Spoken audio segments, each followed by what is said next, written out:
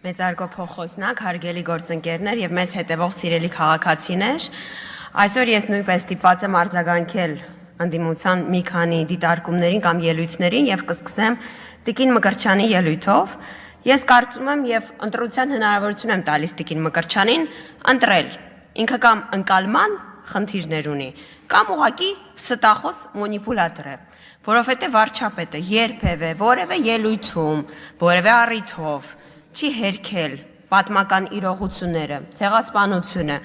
եւ ընդամենը առաջարկել է հանրությանը քննարկել, թե որ պահից հայաստանցիներին, հայերին թույլ տրվեց խոսել ցեղասպանության մասին որպես պատմական իրողություն։ Տիկին Մկրտչյան, կամ լսել չեք հասկացել, կամ տիպիկ մանիպուլատոր եք։ Տիկին Վարդանյանն ասում է, սիրելի քաղաքացիներ, այսուհետ գնդակը ձեր դաշտում է։ Այո, Տիկին Վարդանյան, հանրության դաշտում է գնդակը, որովհետև սա ժողովրդավար երկիր է։ Բայց եթե չեք նկատել, այդ գնդակով ձեզ հետ խաղալ ոչ ոք տևական ժամանակ չի ուզում։ Ամառ ձմեռ գնդակները ձեռքներից դուրս է գալիս հանրության հետ եւ սպասում, որ ձեր հետ գոնե ինչ-որ մեկը կխաղա։ Գնդակը հանրության դաշտում է եւ նրանք արձագանքում են մեզ։ Արձագանքում են օրինակ խաղաղության օրակարգին, աջակցում են մեր ռեֆորմներին, միանում են, սատարում են, վարչապետին դիտարկումներ են ուղարկում եւ տեղի ունենում հանրության հետ, այսպես ասած, գնդակների, մտքերի փոխանակում։ Եվ սա ձեզ համար իհարկե ընկալելի չէ։ Պարոն Աբրահամյանը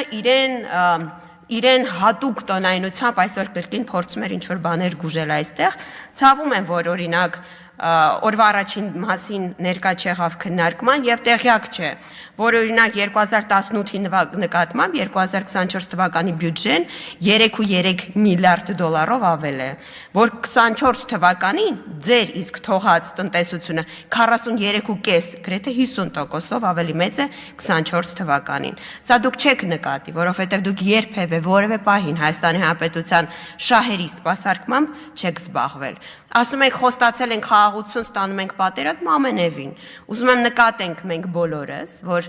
չնայած ընդդիմության ջանքերի թերագնահատելու այն, ինչ ունի Հայաստանն ու Ադրբեջանը այս պահին, դա ամենևին պատերազմ չի։ Դա խաղաղության համաձայնեցված տեքստ է։ Երկու պետությունների խորհրդարանների եւ նախագահների կողմից վավերացված սահմանազատման եւ սահմանագծման աշխատակարգն է։ Եվ սա մենք ձեզ թույլ չենք տալու թերագնահատել։ Եվ ես կարծում եմ, որ այս տնտեսական հաջողությունները հնարավոր են դարձել միայն այն միջավայրի շնորհիվ, որը անհոգնել Հայաստանի Հանրապետության իշխանությունները, գործող իշխանությունները փորձում են ապահովել։ Շնորհակալություն։ Մի բան էլ ես ավելացնեմ, պարոն Աբրահամյանը հանդգնում է արտագաղթից խոսա, այն դեպքում, երբ որ Սերժ Սարգսյանի նախագահության 10 տարիներին Հայաստանից հեռացել է ավելի քան 300,000 մարդ։ Ամեն 10-րդը։ Լիլիթ Ստեփանյան։